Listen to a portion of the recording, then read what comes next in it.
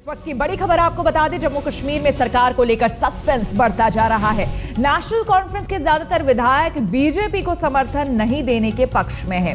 उमर अब्दुल्ला विधायकों की राय जानने की कोशिश कर रहे हैं। वहीं सूत्रों के मुताबिक ज्यादातर विधायकों का यही कहना है कि जो शर्तें बीजेपी ने रखी है उस पर समर्थन देना मुमकिन नहीं है। तो अब पेच यहां पर दरअसल फंसता हुआ नजर आ रहा है।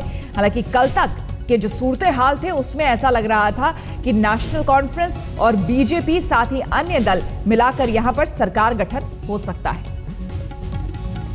अशरफ फानी हमारे संवाददाता हमारे साथ जुड़ गए हैं श्रीनगर से। अशरफ, अब पेच जरा फंसता हुआ नजर आ रहा है। पहले नेशनल कॉन्फ्रेंस के साथ गठबंधन को लेकर कल जो स्थितियां थी उसमें और आज में बहुत फर्क है, क्या खबर आपके पास?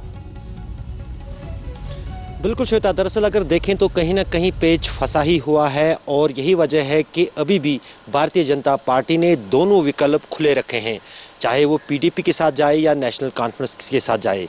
लेकिन कहीं ना कहीं यहाँ पर सबसे मुश्किल जो दोनों पार्टियों के साथ हो रही है, चाहे पीडीपी हो या नेशनल कॉन्फ्रेंस हो, कि वो किस समझौते पर और किस कीमत पर बीजेपी के साथ गठबंधन करेंगे। जम्मू कश्मीर में खासतौर से कश्मीर घाटी में जो भी वोट इन दोनों पार्टियों को मिला है, चाहे पीडीपी हो जिसका बहुमत जो सबसे बड़ा दल बनकर उभरी है इन विधानसभा चुनावों में, और नेशनल कॉन्फ्रेंस, उनको बीजेपी के खिलाफ वोट यहां पर मिला था।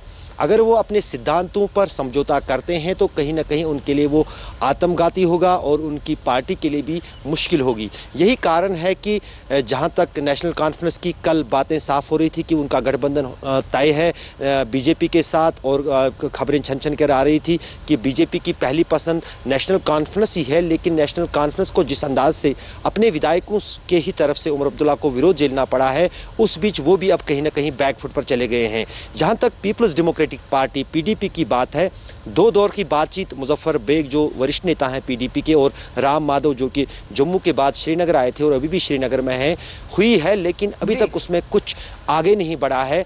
पीडीपी की तरफ से बार बार यही बात दोहराई जाती है कि न सिर्फ उन्हें 6 साल का मुख्यमंत्री का पद चाहिए, बल्कि जो कॉमन मिनिमम प्रोग्राम हो उस पर दोनों पार्टी के बीच में सहमति हो।